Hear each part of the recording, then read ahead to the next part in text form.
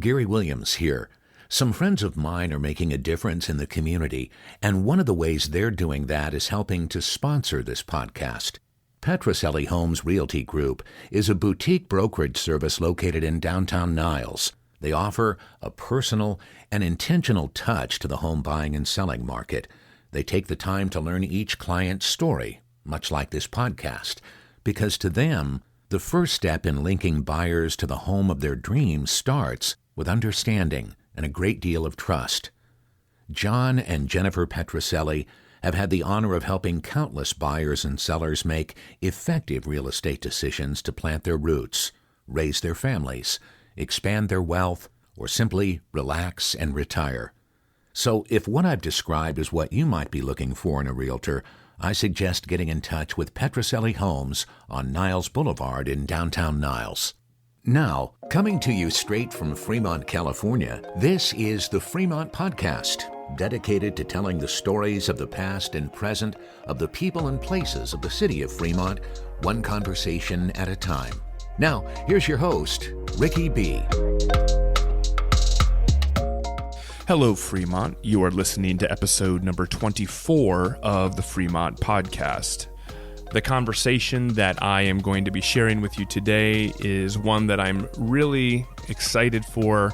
I felt way out of my league. I brought my little studio setup that I normally do for these interviews, my recording microphones, my interface, my computer, and all of that into a state-of-the-art audio recording, music production studio that exists right here in Fremont. And I brought my equipment into the space of this incredible studio that records incredible music, and was able to sit down with Sam Puro and his assistant Theresa, and we talked about what it's like to grow up here in the Fremont area and then to build a recording studio out of practically nothing. And now this studio, the Panda Studios, has been around, at least in this location, for about 13 years. I think he said it started in 2009, or you'll hear it in the conversation, but 2009 he has been operating at this space and just has a wall of records that he has recorded, a couple walls of records, I should say. And it was just a privilege for me to be able to be a part of this story that is being crafted here at the Panda Studios and to be able to share it with you as well. So I'm excited to be able to allow you to be able to drop in on this conversation. I'm sure you're going to love it. So hang out with us all the way to the end.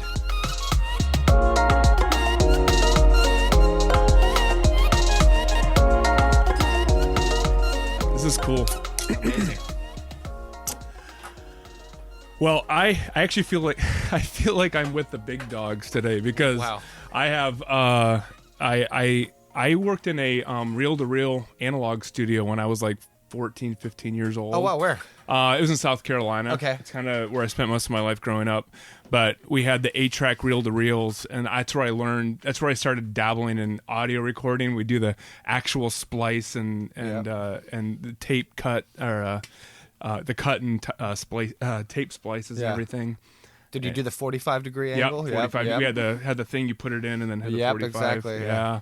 So I did that, and I really one of my dreams. This is actually sounds really stupid, I think, but maybe not so much. My dreams when I grew up, I wanted to have my own recording studio, and I wanted to have it on a sailboat and just sail around the world. And I don't know what I'd be recording or who would be coming to the sailboat in order to be able to record on it. But I just thought those two things, sailing and recording, were things that I thought were pretty awesome. So. Maybe we can get Elon to make the yacht happen. He's doing everything else right now. Exactly. So, I mean, he's just down the street. We right. got to do something to get him to come, right? Well, I'm excited to have you guys on here. When I started the podcast, I knew that I would come up with people doing different things all over the city of Fremont, and as things have rolled on, I've started to find more and more people. But I I think at one point in time when I first looked at moving here, so I moved here about 8 years ago. Okay. I saw that there were recording studios in Fremont, and I kind of like was interested in maybe finding out who they were and what they did and that sort of thing. But this is the first recording studio I've found in Fremont. It is awesome. Amazing. Yeah, thanks for giving the tour too. Absolutely, I'm gonna put the video out there for people to watch and be able to get their own video tour of the studio. So that'll be cool. Yeah, I appreciate you coming out and doing this and just being interested in checking out the place. Yeah, well, I'm glad. Well, I'm happy to do it. I'm happy to be here. Sam, tell me a little bit about yourself. Did you grow up here in Fremont? So I'm born and raised in Newark, California. So close by. Yeah, so if I say Newark to anyone else, they're like New Jersey, but as we know, it's Newark, California. Right, yeah. Born and raised in Newark. I actually oddly played ice hockey growing up down the street. Really? What used to be called the Isoplex, but I think it's called Shark's Ice now. Okay. But yeah, so I knew of this area for like my whole life because I was always like coming into this area. And there used to be there was a studio called like Bigfoot Studio at one point in time out here, and also allegedly MC Hammer had a studio in this like same complex here. Wow. And one of the rumors is that Tupac was living there for one of the years when he was like in Oakland during that period of his life. So my landlord actually, she used to be one of the guys that rented MC Hammer. So there's a little bit of like Fremont studio history here. There's legends. Right down the street is RHL practice spaces where like 30 bands practice. So like I've kind of always known of like this specific area, but yeah, born and raised in Newark, went to Newark Junior High and went to Kennedy Elementary School and Bunker Elementary School growing up. And then eventually I went to Moreau Catholic in Hayward, which is off of Mission. And then after that, I actually got kicked out of there my junior year. Well done. Yeah, so good bragging rights. I got kicked out of my Catholic school. And then I finished up my senior year at a place called Mid-Peninsula in Menlo Park. Okay. Which, oddly, my favorite producer of all time, this local legend named Eric Valentine, he went there like 20 years before me. So it's kind of a weird connection. But anyways, started getting into making records with my bands in my mom's garage in Newark, and then eventually like moved around and was like subleasing existing studios around the Bay Area, like in Oakland, San Francisco, a couple of different places in Fremont, and then eventually found this like open warehouse here. And I was like, oh, I should go back to that industrial area by the ice rink where I grew up because there's probably good space over there. So I confirmed it the other day. I've been here since 2009. Wow. So how many years does that make it? Does that make it 13 years that I've been in the spot, which is pretty insane. My landlord's amazing.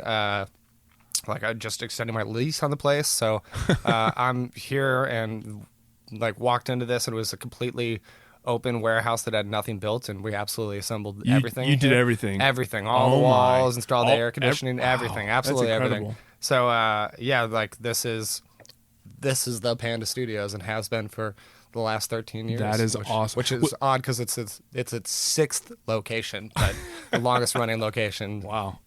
Is there anything that specifically was a catalyst for you to get started with audio production?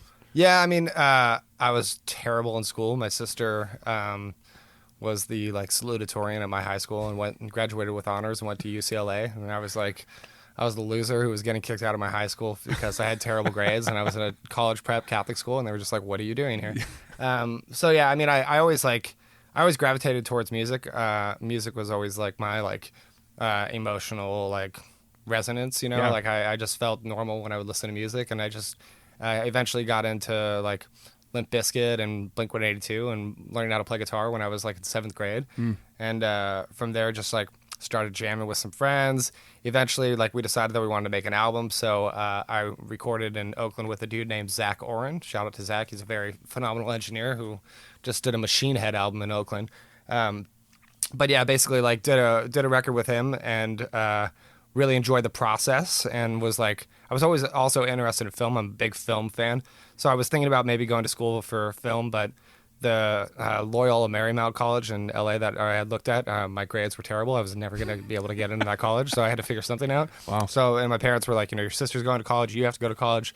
So I decided like to follow the audio path, and basically like day one of being like checking out the school, I was just like, all right, like I need to get a Pro Tools rig and like learn how to start like recording my demos for my band. So what year was that? that was 2002. Okay. Like, cause I graduated 2003. So like 2002 is like when I got my first Pro Tools rig and bought a 002. It was like $2,000. Like bought a couple microphones, started recording like some demos for my band in my garage at my mom's house. And that trended and did decent, and like had other local bands being like, oh wow, your song sounds good on MySpace or like mp3.com or whatever at the time.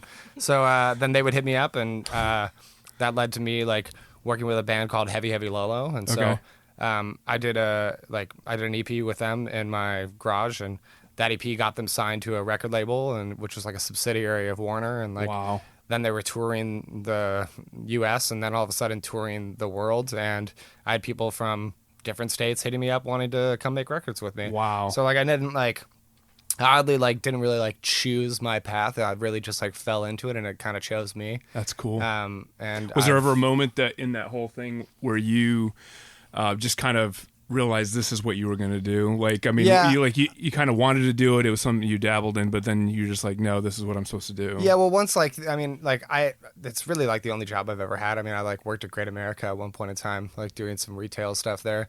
But I just knew that like music was my passion and my calling.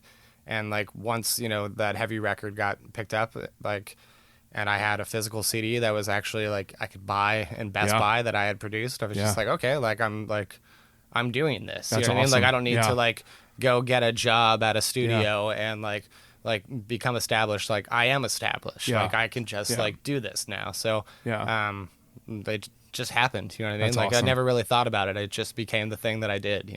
Yeah, that's really cool. Where did the name Panda come from? The Panda Studios. Yeah. So when I was going to Expression, which is the recording school, like around 2003, that was when the San Diego Zoo created the Baby Panda webcam. Yeah.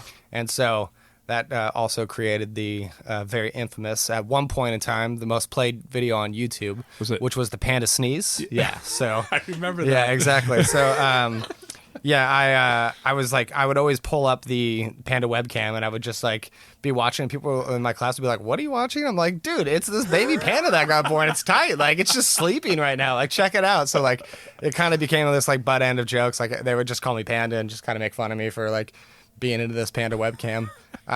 So when I needed to like start a MySpace for my studio, I originally called it the name of I called it the name of that baby panda, which was Mei Shang or Mai Shang. I'm probably not even saying it well, which is part of the reason why I didn't call it that. I was just like, how do you spell that? How do you say it? I just sound like an idiot, so I just changed it to Panda, and it was just the Panda Studios. And it was like kind of a like funny like oxymoron or like contradiction, like in terms of that was like doing like really heavy screamy stuff at the time, and then it's like, oh, and like my studio's named after this cute baby panda, so it's kind of as opposed to like all these other studios, like they have either like really lame like names like 408 Studios because of the area code, or like 510 Studios, you know what I mean? Or like some like, Atomic, like, or like Zach's studio was like Castle Ultimate, and I'm just like, I hate this whole like, like Abomination Studios, like whatever. Like I'm just gonna go with Panda. Like I'm gonna go the complete opposite realm. So that's awesome. Yeah, that's really cool.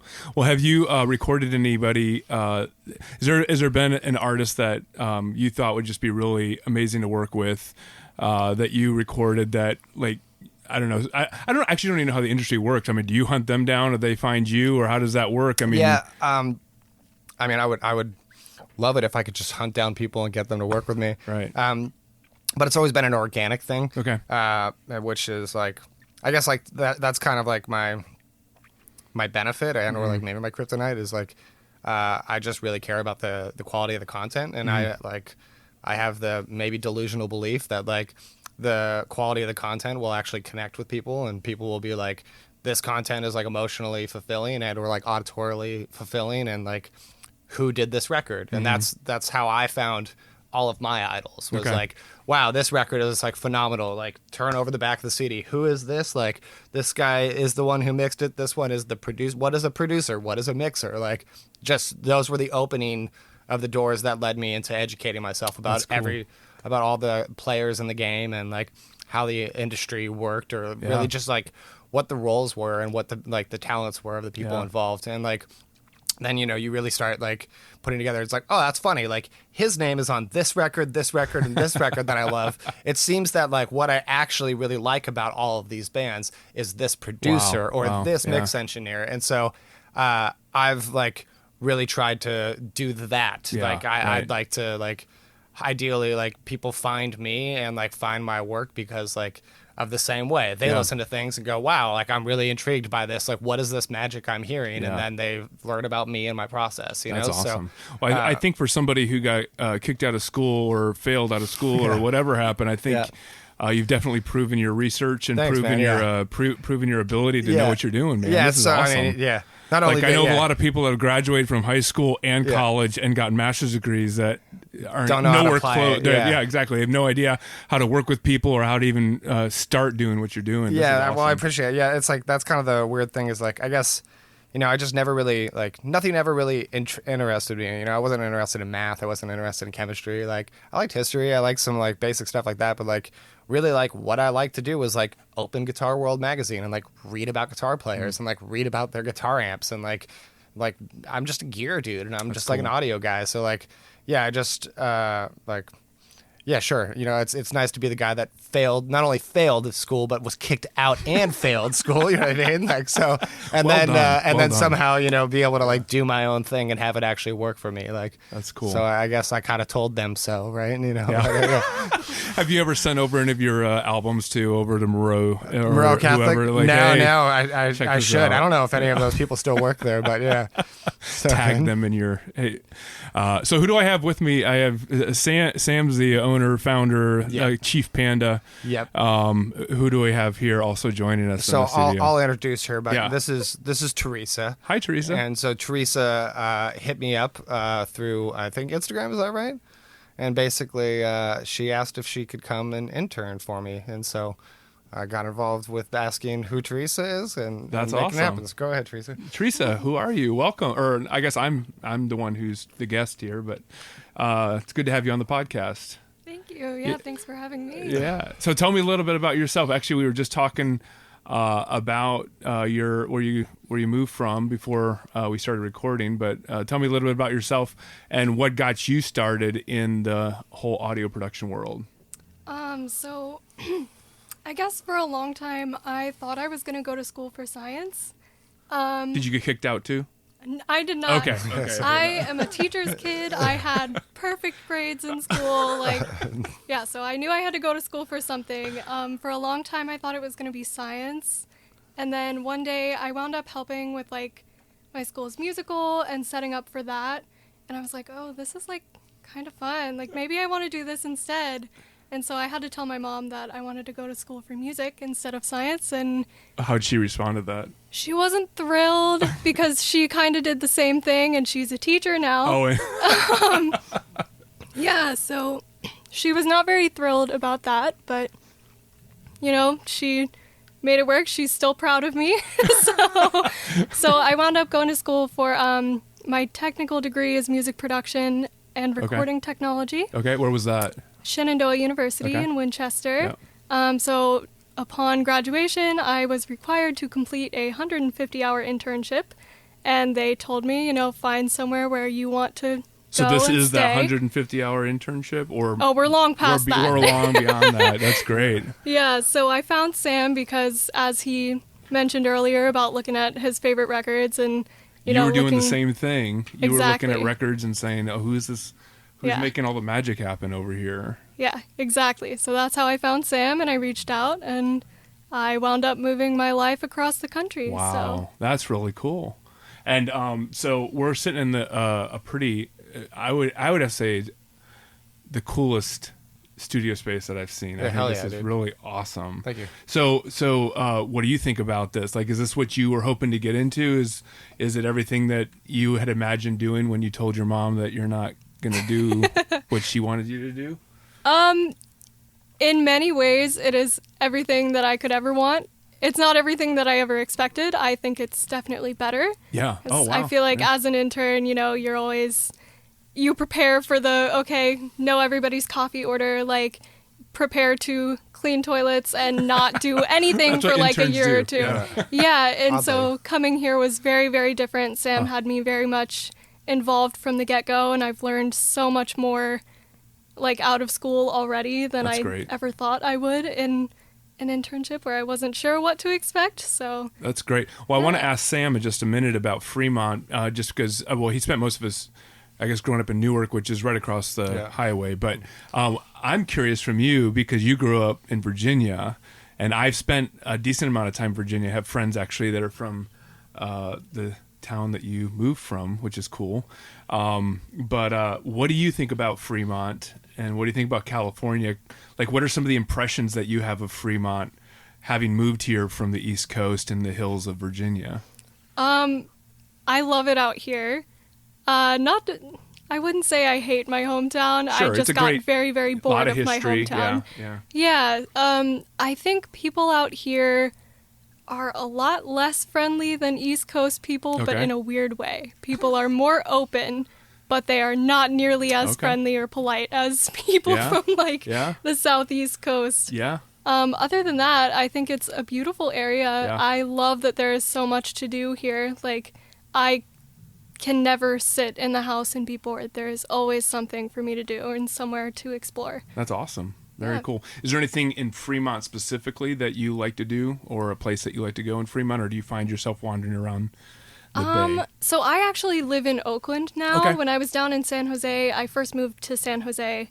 I don't think I explored much of Fremont at first, but other than that, I really want to go on the Mission Peak hike. I Yeah, know you everyone gotta talks do about that, that. yeah. I haven't I've done never it Mission yet. Peak on, Oh my goodness, we're gonna have to do this. We're gonna have to do a Panda Studio. Yeah, right. Panda Studio Fremont podcast Yeah, I would collaboration jump in, hike to top of Mission Peak. Yeah, I'd jump in for Teresa and say that her favorite place in Fremont is probably Mission Pizza.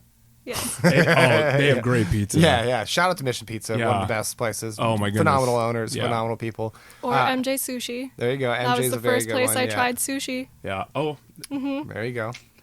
that is awesome. Yeah, and then did I ever take you to Niles? No. Oh, you've gotta I go can't to believe I Niles. haven't driven you around Yeah. there. That's kind of surprising. Yeah, Niles is pretty That's cool. the original Hollywood. That's Yeah. where the Charlie Chaplin. Oh, originally, you told me about it, but you Yeah. haven't I can't shown believe I haven't me the taken You got to area. go down there. It's very cute. Pretty awesome. Yeah, it's pretty cool. So, do you have any particular? I know you said that you found Sam because you started seeing his name on these albums that you enjoyed, the music that you saw that he was producing. Is there any particular thing that stood out to you as far as the style of music or the style of production, or any particular bands that he produced that you really enjoy specifically? Yeah, so I was super into State Champs, like their first record, Okay. which Sam did.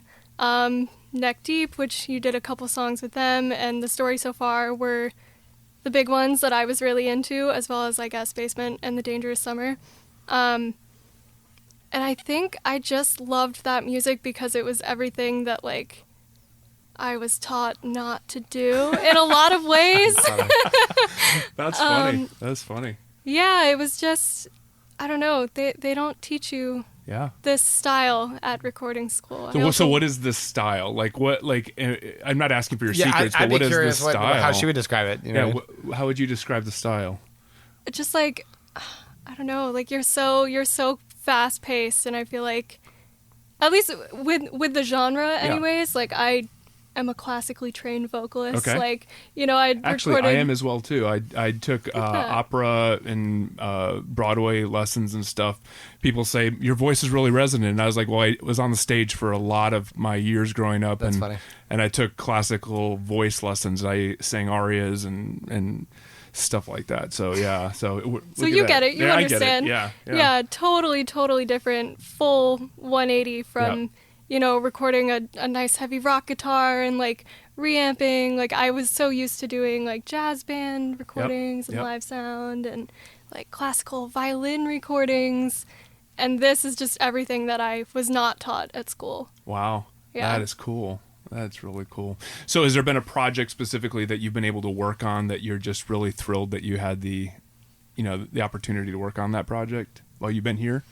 Definitely, I think Spirit World has been the most like rewarding project out of all of them. I'm going to have to check this out. Yeah, for sure. Maybe if in my production right now, I'll just go ahead and play a Spirit World song. Like a little bit ambient sound in the back. Yeah. Spirit World is they're a death western band.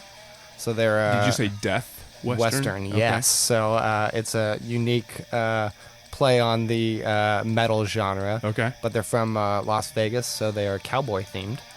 Lots of cowboy imagery and themes and lyrics. But basically, it was like when I started making their second album, that was when Theresa like just started here. So she got to watch the entire process from like starting like the basic pre-pro of like getting the demos from the band, importing those demos into my computer, and like working on the structure and arrangement of the songs, like changing up like the drum patterns of like actual like drum performances in the songs, and then through the whole process of recording guitars and recording bass. And like the first time I ever had her be like, all right, great, like I'm going to leave and you're going to be on your own and you're going to actually like apply everything you've learned now and you're going to record vocals. And so as a classically trained vocalist, her first vocal session she ever did is with a guy that's screaming at 100 dB right next to her in this room, capturing screaming takes. I can totally imagine that. You're like, what am I doing? Yeah, exactly. Yeah, that's hilarious.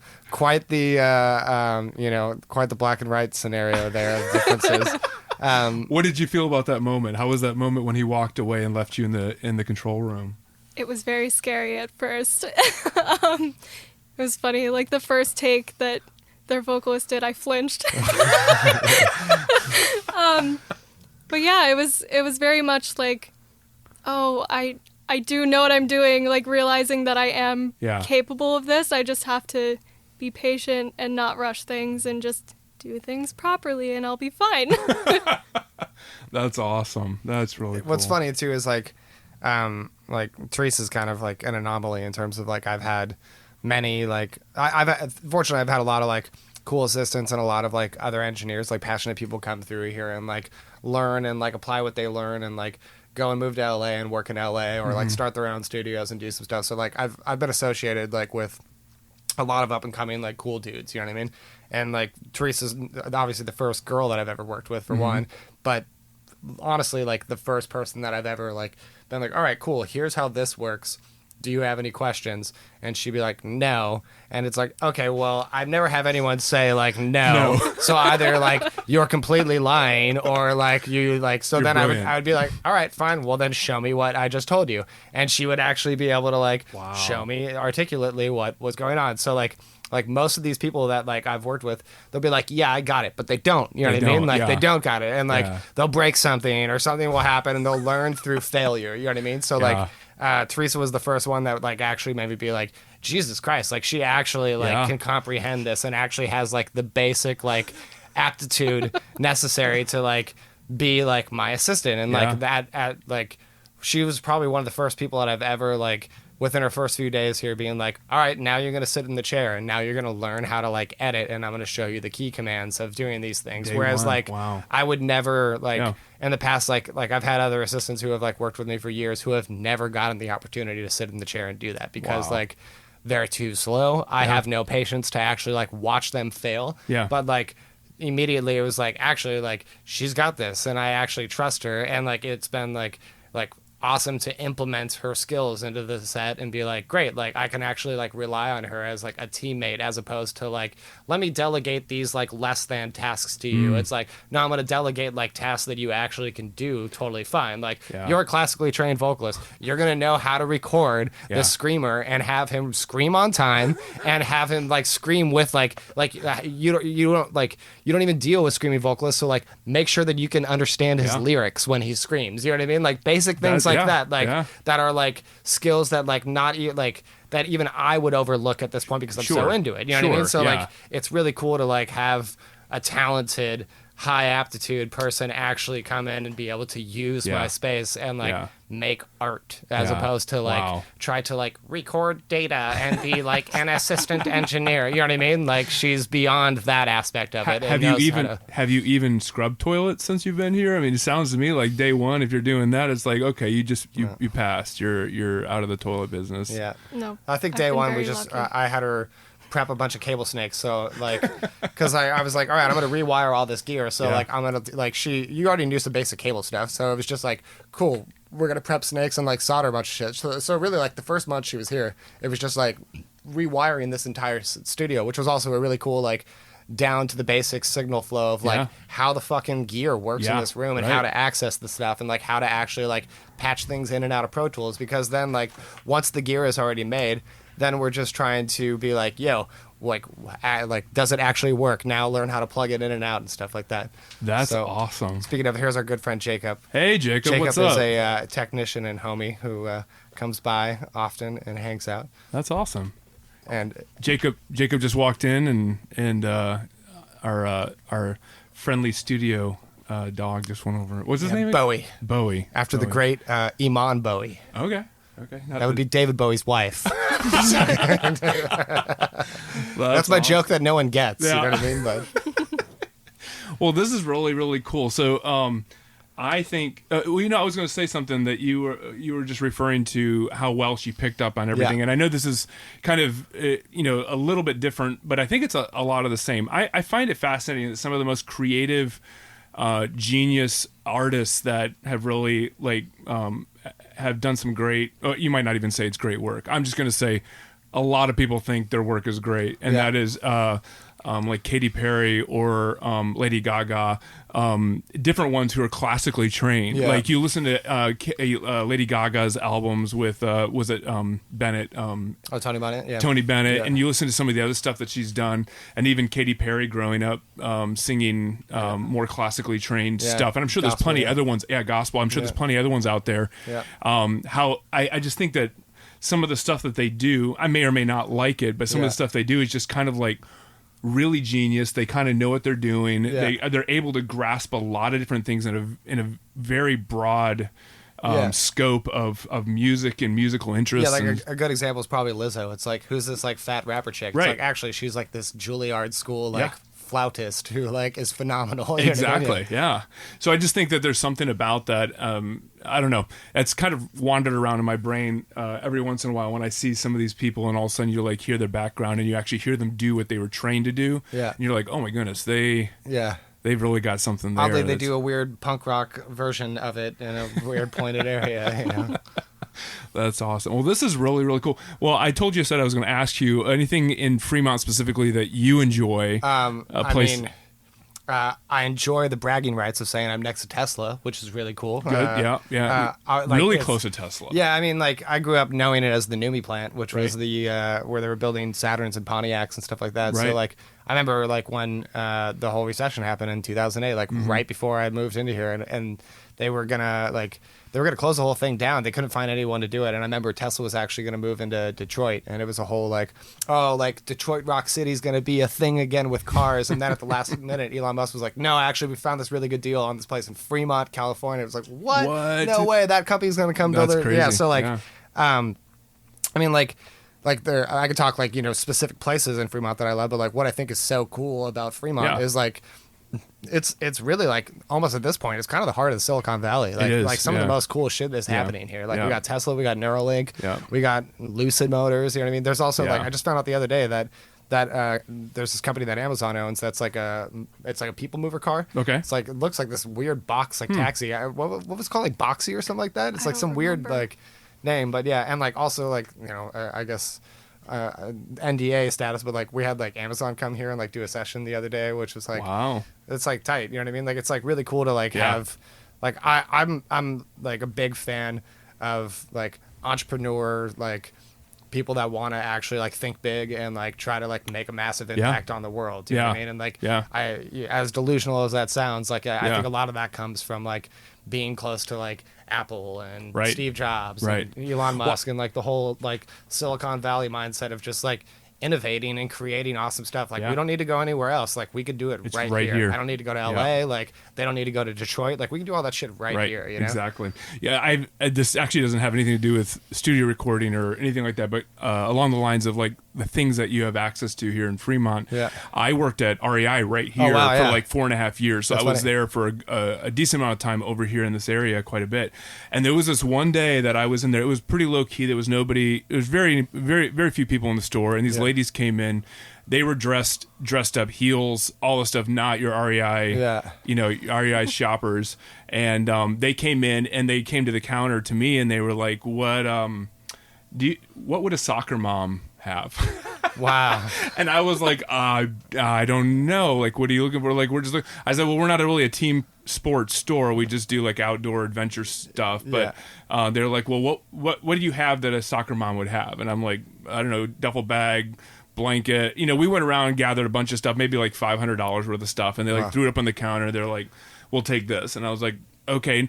Usually that sort of stuff, especially with REI's return policy, it's like, this is coming back. This is, I don't know what they're using this for. Well, when they went to pay, I saw them take out the card and swipe and it said Tesla on it. Oh, wow. And I was like, that's interesting. So I go home that night from work. I'm eating dinner, and I see something pop up on my phone that says Tesla just released its new SUV. Oh, that's funny. And I pull up the video, and the back hatch pops up, and there is all the gear. That's funny. I mean, this is like a international broadcast. Yeah. Here's all the stuff that they just bought from me at REI while I was at the job, and it's all in the back of this, and Elon's in front of it, and they're all doing this, and I'm like, oh my goodness. I mean, it's just kind of cool. That's it's like awesome, I'm working this retail job, and the stuff I just sold is on international television, so it's kind of cool. I mean, as far as like physical places, like, I mean, like we said, I love Mission Pizza. I mean, I love Pete's Coffee over by the hub there, even though that's literally the worst parking lot I've ever been into in my life. It's like absolutely, like every single time I go there, I complain about like how terrible it is. Like it's just really such a bad. It's horrible. Yeah, it's a really like bad design, and then people are just like complete idiots there. But yeah, like I used to. Most of the stuff that I did would always be like, I'd drive to San Jose all the time or like go to Oakland. But like Fremont was kind of like my like, if I'm going to do any like corporate, like I'm going to go to Target at the hub or whatever. You like Fremont's always been like, that's what's so funny about us. It's like when people come here and like we'll record, they're like, hey man, so like what do you recommend to eat here? It's like pull out your phone and type in what you want to eat. It's here. Like everything is here. Like literally anything you want. Like, which is like, I just really like that about Fremont. Like there's a bunch of awesome options, I'm also like very stoked that the Warm Springs station is literally fucking down the street now, which is amazing. You know what I mean? Like, there. So like, it's cool to see like, it's very quickly developing right around here. And like, thankfully, like my zoning area hasn't changed and I'm unaffected by it. But like, hopefully we're going to, like, I've heard things like they're going to build a Whole Foods like right down the street, like at some point. Yeah. So like, I hadn't heard that. Yeah. So like, I wouldn't doubt it though. They've got so many, there's so much extra stuff. Yeah. I guess going like, in right here. I guess the retail is all going to be bottom floors and then the apartments are all top floors. So like, where it's still in the beginning stages, but it's like going to basically be like a spaced out Santana Row, essentially. Like in theory, that's like what they're kind of pitching. So we'll see how bougie it gets. You know what I mean? But yeah, like like we talked about Niles. Like I love Niles. Like I love going to that. Like one time I had this assistant who was from England who was here for a few months, and I was like, "Yo, I'm going to take you to Niles." And we went to the biker bar there. Oh yeah, where they have every single Hell's Angels chapter in the Bay Area's bumper sticker there, and like it's one of those things where like it's the classic movie. Like you walk in and like the record like it stops and everyone just like looks like, who are these two like skinny nerdy white guys like walking in right now? But like that's what's so funny is like it's kind of like this last like I don't know, like Sons of Anarchy, Tracy-ish type of place that's nestled in. Like it's kind of like an outlaw, like territory-ish vibe. But yeah, like I think Niles is super cool.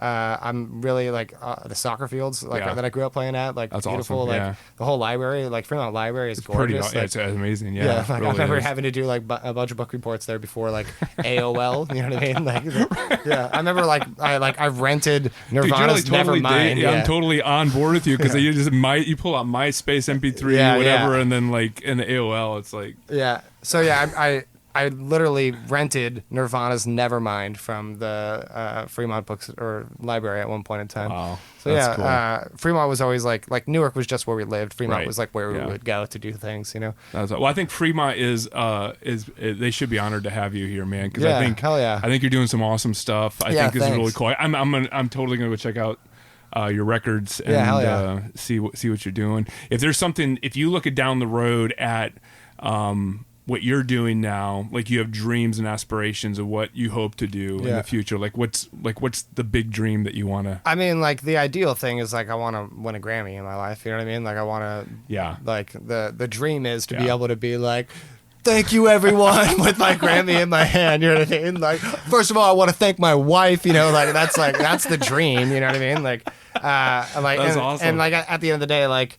You know, growing up and playing ice hockey and stuff like that, like I'm a very competitive person, and so like I see like what I do like as like a thing where if you do the best and like actually win the game, you get the Grammy. Right. You know, so like there is a game inside of here that I'd like to like win at some point, but you know, ultimately at the end of the day, it's always like been about making like fulfilling content that like inspires someone like Theresa to like want to come out here and make records and like actually like positive and like have that be a trickle down thing where it's like the record we make like will fucking like heal some people in the world and like, you know, inspire other people and like just like trying to do tight shit, you know what I mean? It's like one of those like the world is a fucked up place. It's a crazy thing. Like I can't do anything about lots of those things, but what I can do is like put my heart and my time and my like my soul into like making what comes out of the speakers like define me and have it be something that like is going to actually like positively affect people's lives. You know? Wow, that's great. I love that.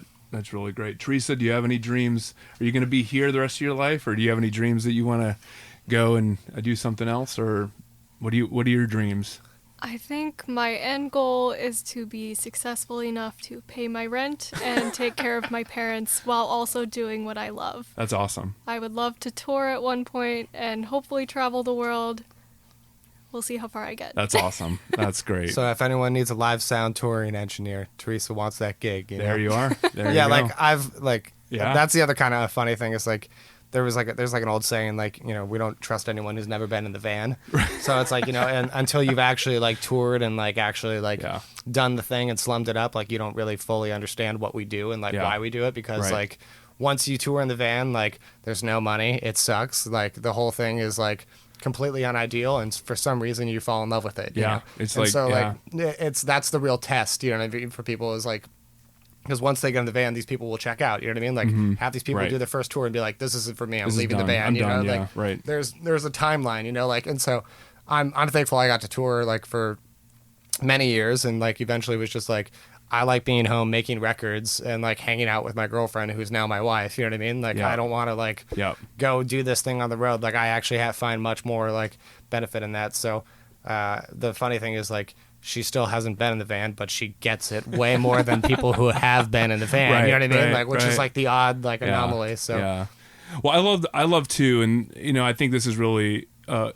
We didn't say it on the podcast. I'm going to share a video of the tour, but I love the fact too that I can tell that you not only love what you do and that you're not only just in it for yourself, because you could have skimped on a lot of things like the drum kits that you've got out there, the different sets that you've got, the guitars that you have on hand for musicians to use and stuff are just like they're here to get the job done and to make everybody better. And I think that you can see what you just said about what you want to do one day in what you're doing here. And I think that's pretty awesome. That's really it's cool. like, I mean, it's kind of like the only selfishness that's in here is through the success of other people. Right. You know what I mean? Like, which is like, that's awesome. I'm only a successful person if these people actually like portray the message and do the thing. You That's know, great. like so. That's great. Like, that's the goal. You know what I mean? Wow. Like at the end of the day, it's like it's never been a financially like reasonable thing that I've ever done. You know what I mean? I break even. You know, like it's like thankfully like you know like the last few years like I've actually like made money. You know what I mean? Like and had to like actually pay taxes. But before it was like Jesus Christ, like I brought in all this money and it's all towards expenses and like I made maybe $10,000 for the year. You know what I mean? Like wow, like and I worked every day of my life. Like what am I doing? You know, so I mean it's like and like now I have like a 10-month-old and like So it's Congrats, like man. this. Yeah, thanks, man. So like the selfishness part is like kind of, it's real out of the window, and it has been out of the window for a long time, and it's really just been about like making the content actually like mean things to people. That's great. I love it, man. Well, thank you for taking the time to be on the podcast and let me come in here and enjoy this moment with you guys. I really appreciate it. Absolutely. And I hope to see you more in the future. I'd love to hear more what Welcome you're anytime, doing. and I hope you're going to hang out more after Oh, this. yeah. That'd be great. Yeah. I'll definitely come by, and I'll do, what was your name again? Jacob. I'll do what Jacob did. I'll come in here, and maybe the dog will come over, and This is how it goes. That's awesome. We're always open, That's great. We're always ready to be best friends. Well, thank you guys. Thank you, Theresa. Thank you, Sam. Yeah. This is really, really cool. Awesome. Best friends. You've been listening to the Fremont Podcast. Be sure to subscribe wherever it is that you listen so you don't miss an episode. And if you're so inclined, leave a kind review so that others can find the podcast. To stay connected with us, you can find links to our social media and other content at thefremontpodcast.com. This episode was hosted, edited, and produced by Ricky B. Music provided through Soundstripe.com. I'm Gary Williams. Join us next week on the Fremont Podcast. Muggins Media.